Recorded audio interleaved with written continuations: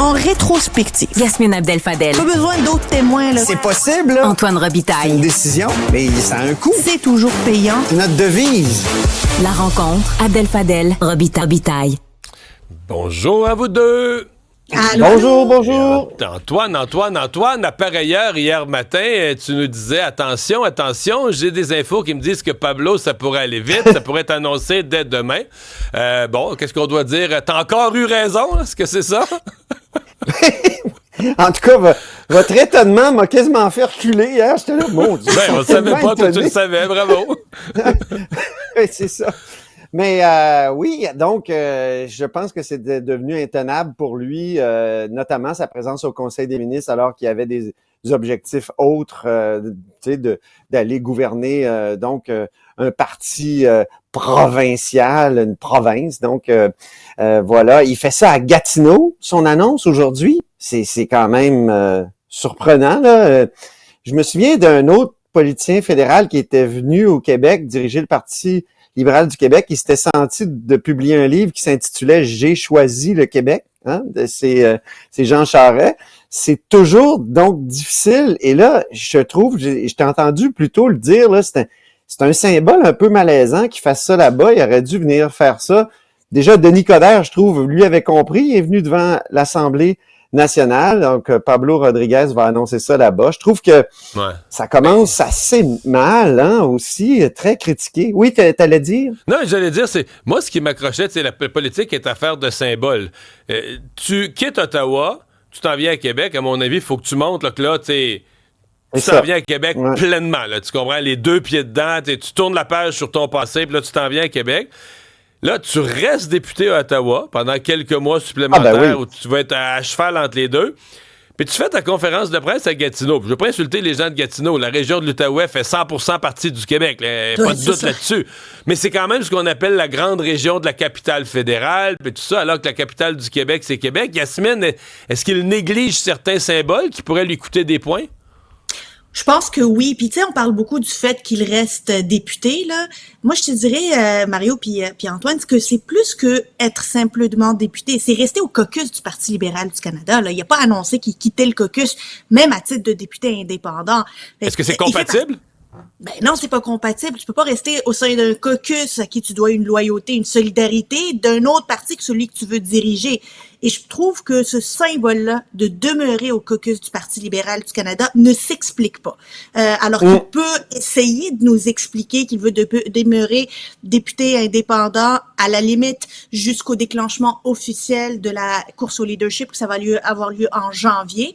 Mais pourquoi rester au caucus du Parti libéral? Moi, je suis d'accord avec toi. Je suis d'accord avec toi, Yasmine. Tu sais, Martine Ouellette, il y a un petit côté Martine Ouellette chez Pablo, là. Et Martine Ouellette, elle avait quitté le caucus. Et Éric Lefebvre, qui, tu sais, le whip caquiste, là, qui a décidé de faire de la politique fédérale, il a quitté le caucus aussi. Qu'est-ce qu'il fait au caucus? Peut-être qu'il va nous annoncer tout à l'heure qu'il quitte le caucus aussi. Mais les informations qu'on a, c'est qu'il veut rester. En tout cas, ce transparlementarisme-là, pour prendre l'expression de Martine Ouellette, c'est surprenant puis c'est malaisant. Ouais. Déjà à Québec, tu sais, Madoua-Nika Cadet, qui est une députée libérale, a dit, ben, c'est à lui à s'expliquer. Pourtant, Madoua-Nika Cadet, il paraît qu'elle va l'appuyer. Philomena Roti-Roti, une autre députée libérale importante. Tu veux dire, même ceux qui l'appuient ne savent pas comment expliquer ça? Ben, c'est ça. Philomena Roti-Roti a carrément dit que c'était pas correct qu'il reste député à Ottawa. Donc, ça part mal, là. Puis, évidemment, les autres candidats, Beauchemin, Milliard, Bélanger, Coderre, Blackburn, ils ont tous eu un petit mot assez critique à l'égard de Pablo Rodriguez, tout en disant que c'était une belle candidature et qu'ils l'accueillaient. Et là, je tiens à dire, tu sais, on dit toujours, une course à la direction, c'est beau parce que c'est un débat d'idées. Ah non, c'est déchirant, une course à la direction. C'est fratricide. Et exactement, moi je me souviens, sous Couillard, là, souvent on voyait un élu libéral dire des choses qui étaient un peu en porte-à-faux par rapport à M. Couillard. Puis là, on se disait, ah oui, c'est un Moreau. Oui, Il mais était dans la gang à Moreau. Raymond Bachand, pour ne nommer que lui, n'a jamais vu se réparer les cicatrices qui ont été causées pendant une course à la direction. C'est vraiment des moments très déchirants à l'intérieur d'un parti. Ceci dit, là, on donne un peu à Yasmine les questions qui vont être posées à Pablo Rodriguez. Sa candidature est quand même énorme pour le PLQ. Là. C'est quelqu'un qui a des contacts, qui a une énorme carrière politique. Hier, on voyait au caucus, quand même, il met des bulles de plus dans le champagne de cette course-là. Ah, ben c'est sûr qu'il rend la course beaucoup plus intéressante. Pablo Rodriguez, il a aussi des avantages indéniables pour les besoins du Parti libéral du Québec actuellement. Non seulement c'est un élu, ayant de l'expérience politique, même si elle est au fédéral, il a de l'expérience. Personne ne peut nier le fait que c'est un libéral provincial de la première heure. Et finalement, c'est un organisateur politique. Tu sais, le Parti libéral du Québec, là, il a besoin d'un organisateur, quelqu'un qui est capable d'organiser des élections, capable d'aller chercher des candidats. Mais il vient d'en perdre une, là. Il y en a qui disent qu'il s'en est pas occupé beaucoup, ça fait partie du problème. Ouais, exactement. J'ai D'ailleurs, entendu la petite phrase de Charles Milliard, on espère qu'il pourra se consacrer à temps plein maintenant à la course à la direction. Il y avait comme un petit message subliminal. Il y en avait plein. Oui, oui, vas-y, Yasmine. En conclusion, c'est quand même une candidature très importante pour le Parti libéral du Québec. Il y a encore quelques mois, se poser la question, est-ce qu'on va avoir assez de candidats dans cette course-là? On peut pas dire aujourd'hui qu'ils n'ont pas confondu les sceptiques. Bon. Il n'y aura pas d'élection à Ottawa? Non, il n'y aura pas d'élection à Ottawa. Le Bloc... D'ailleurs, c'est surprenant que le Bloc soit sorti aussi rapidement pour dire qu'il allait appuyer le gouvernement. Tu sais, il aurait pu laisser passer le suspense, essayer de sortir, de négocier quelques victoires pour le Bloc avant d'annoncer. As-tu négocié quelque chose, puis on va le savoir? Non. Ça se peut pas. Il semble pas. C'est ce que je me demande. J'ai jamais vu ça. C'est rapide, là, au bout de quelques heures, ils sont sortis pour dire, non, on va appuyer le gouvernement parce notre but, c'est pas d'échanger Justin Trudeau pour Pierre Poilievre. Non, mais Yasmine, as-tu déjà vu ça? T'apposes ta signature en bas d'une convention collective avec plein de lignes blanches, puis tu dis on négociera après. Mais j'ai déjà signé.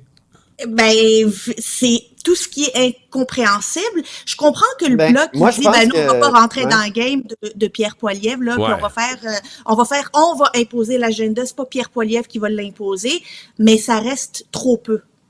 Ouais. Je pense que c'était une belle occasion pour Yves-François Blanchette de montrer que c'était un piège à con aussi, cette affaire-là des conservateurs, si vous me permettez de citer Jean-Paul Sartre ce matin. Mais c'était une sorte de piège à con et ça permet à Yves-François Blanchette de définir tout de suite son adversaire en disant, tu sais, c'est quelqu'un, il a dit, je suis pas un conservateur, je connais les valeurs conservatrices, ce ne sont pas les valeurs québécoises. Et c'est ça qui accroche actuellement entre Poilievre et le Québec, même s'il y a une grande popularité dans le reste du Canada. Donc, oui, c'est rapide. Oui, c'est surprenant parce que même chez les conservateurs, là, on est surpris de ça. Mais en même temps, tu sais, ça lui permet de définir cet adversaire-là, puis en plus de tourner le fer dans la plaie. Et ça fait mal, je pense, à Poilievre de se faire décrire comme ça. Mais Yasmine, je conclue avec ça. Est-ce qu'il y a un danger pour Pierre Poilievre? Là, tu sais, dans le fond, il rentrait là comme un lion dans la session parlementaire. Il allait vouloir renverser le gouvernement. Il reste qu'hier, une fois que c'est dit, le NPD et le Bloc ne voteront pas avec lui. On est le mercredi, le jeudi de la semaine d'avant, donc une semaine avant ce vote, qui sera plus un vote crucial du tout. Est-ce qu'il y a un danger pour Pierre Poilievre de perdre le momentum, de perdre cette espèce d'énergie là, qui l'a transporté, puis de dire, là, il a voulu renverser le gouvernement, il s'est planté. C'est les momentum en politique, c'est comme dans le sport, là, ça va puis ça revient. À un moment donné, une équipe prend l'avance dans le sport, tu penses qu'elle est invincible, puis tout à coup, ça se met à lâcher. Est-ce qu'il y a ce danger-là pour les conservateurs?